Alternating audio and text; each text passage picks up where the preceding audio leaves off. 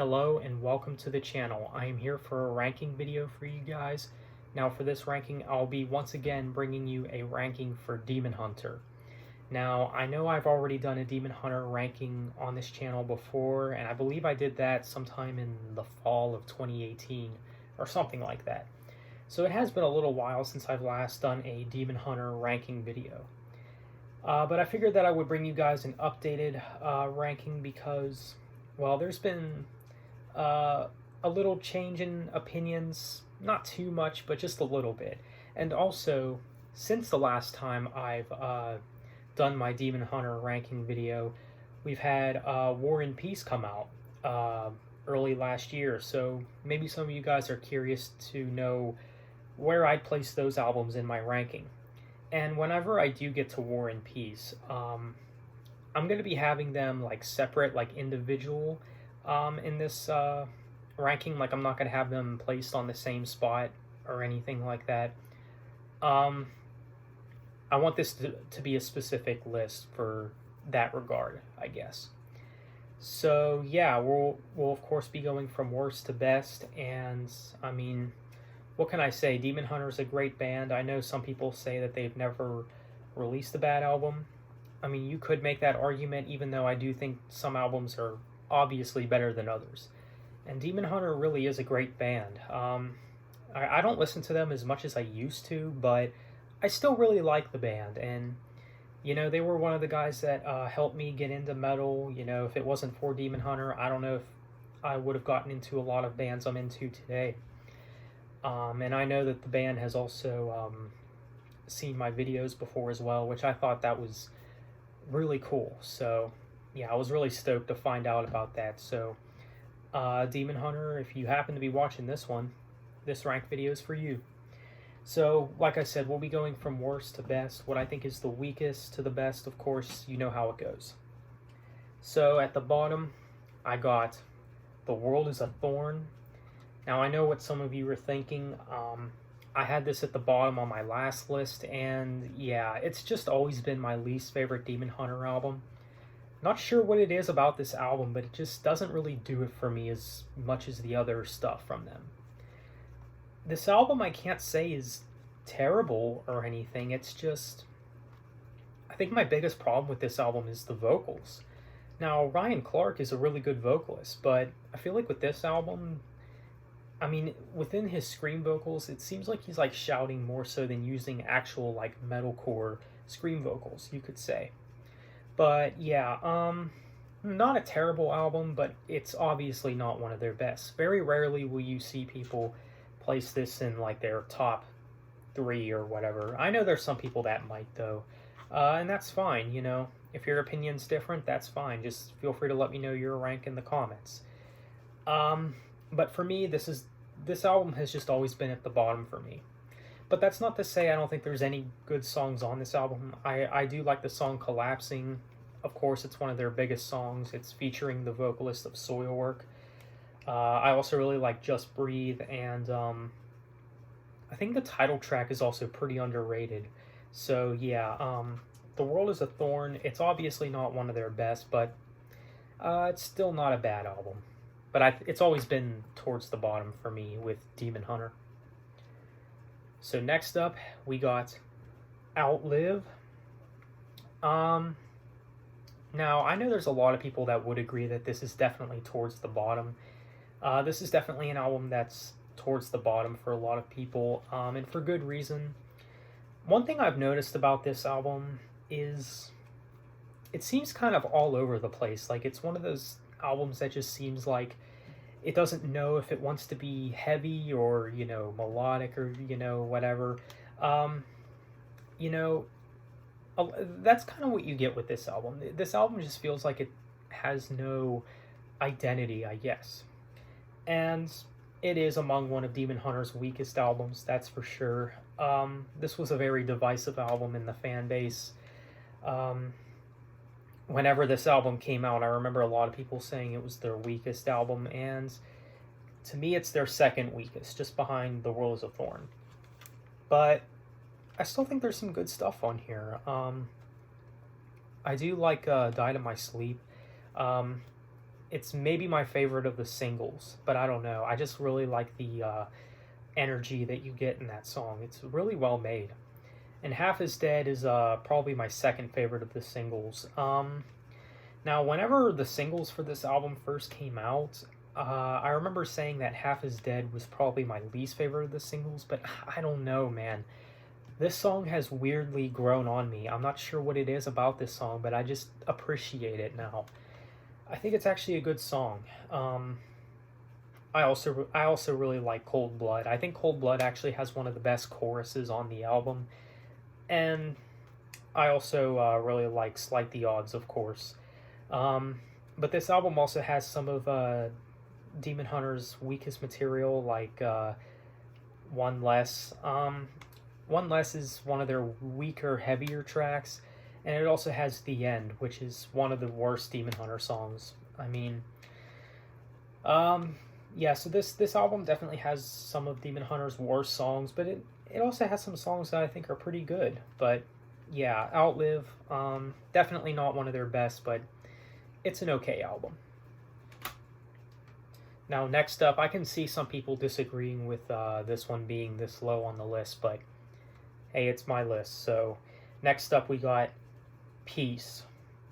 Now, I know what you're thinking, like, no, absolutely not. This album deserves to be a lot higher. This is their newest album, of course, and I don't mind the album. I think it's still pretty good for what it is, but now when this album first came out, I really liked the album, you know? For the most part, I thought it was really good, but it's an album that's really dropped off for me. There's just a lot of songs on this album that I find a little boring, to be honest. And if you guys were curious to know where I placed this album, there you go. I placed Peace this low on my list. It just doesn't really do much for me these days, but that's not to say I don't think there's any great songs on it. There's some songs that I do enjoy, such as More Than Bones, the title track, and Recuse Myself, pretty much all the singles. I think the singles really do make up for the album for the most part. And I can't hate on this album too much because it actually has one of my favorite Demon Hunter songs of all time on it, which is Recuse Myself. I don't know what it is about this track, but I just love the vibe that this song gives off. I just love that it's so different for Demon Hunter, almost like stepping on some Knives territory a little bit. Like, I just really like the song, and it's definitely one of my favorites in between War and Peace, but definitely my favorite song on the Peace album, and I think it's a fantastic track. But most of the album, for me, it just doesn't really do much. I mean, I think this album also has some of Demon Hunter's worst songs on it, such as Two Ways and Bet My Life. I just could never really get into these songs that much. I can't say that they're awful songs. They're just kind of cringeworthy, to be honest. But Peace is a decent album. I don't think it's one of their best or anything, but yeah, Peace, it's an okay album. And then we got Summer of Darkness. I know there's some people that would also disagree with this album being this low on my list, but this album has just always been my least favorite in terms of the, I guess, early days of Demon Hunter. And this is definitely the weakest of the older Demon Hunter stuff. I think this album just really overstays its welcome. Like, it's an album that I feel like really goes on and on for just too long. There's only one ballad off the album, and I don't know, a lot of these songs just feel like you're listening to the same song over and over again. There's not really much diversity on this album, and I think that's why I have it as low as I do on my list, on my ranking. But I think that there's still some good songs on this album. Of course, it's got Not Ready to Die, which is one of their classics. My Heartstrings Come Undone, which is a little overrated, but I still think it's a good song, and it's, of course, one of their popular ballads. I also really like I Play Dead, which is probably my favorite song on the album. I just think it's really unique. This album has some good stuff on it, but this album also has some songs that are just kind of meh. such as The Awakening and The Latest and the Last. These songs have just never really did much for me. I can't say that they're terrible tracks, but they're just kind of lame and generic in a sense. But um, the album is still pretty good. I mean, for the most part, you know, you can still get through the whole thing and find some enjoyment out of it, but it's just, I don't know, it's always been closer to the bottom for me. So, Summer of Darkness, I'd say it's just an okay album. But next up, we got the self-titled debut, Demon Hunter. I know there's some people that would disagree with me having this album above Summer of Darkness and even the Peace album, but I actually really dig this album. It's pretty underrated. I like the Slipknot influence that they were going for in this album. This is an album I think is actually really good. I do have a few gripes with the album, but other than that, I think it's pretty good. Really, my only complaints with this album are I think the album is just a little too short. There's only really 9 actual songs on the album, and what's the other complaint I had? And the ballads. This album doesn't have some of Demon Hunter's best ballads on it, which, you know, I can't say is Demon Hunter's fault because this is very early in the band's career, and I do think that the ballads have gotten better over time. But the debut album, it's still a really good album, I think, you know? You got songs like Screams of the Undead, I Have Seen Where It Grows, Infected, Through the Black, and As We Wept, which is, I think, a really underrated Demon Hunter song, but it's definitely a good album. I like the new metal inspiration that they had at the time. Like I said, it's very Slipknot influenced, and it's a really good album. I'd even recommend this to Slipknot fans, so yeah, the self-titled debut, it's a good album, but I still don't think it's one of their best. Alright, so next up, we got War, which is, well, of course, one of the later albums. Came out at the same time as Peace, of course, War and Peace. Obviously, I do like this album a little bit more than Peace. Not to say that I think this album is, you know, fantastic or anything. This album has also kind of fallen off for me, but not too much. There's still some songs that I do go back to on this album. Some of my favorites are On My Side, of course. On My Side is, I think it's one of the best songs that they've done in a while. Possibly, maybe even one of the best Demon Hunter songs. I don't know. I just really love Ryan's vocals in this song. It's just really good. I also really like The Negative. The Negative, I think, has one of the best choruses on the album. I remember really being blown away when they released this one as a single. And of course, I also really like Lesser Gods, which is a very different sounding song for Demon Hunter. I like the experimentation that they did with it. It's a very good song. And one song on this album that I always thought was really underrated was No Place for You Here. There's a lot of people that I see that say that this is the weakest track on the album, but I personally don't agree with that. The weakest track to me would probably have to be Cut to Fit, which I think is their weakest opening track. But I don't know, No Place for You Here, I don't know. Now, it did take a little while for me to get into, and while I think the chorus is a little simplistic, I dig this song. I don't know what it is about this song, but I just really like it.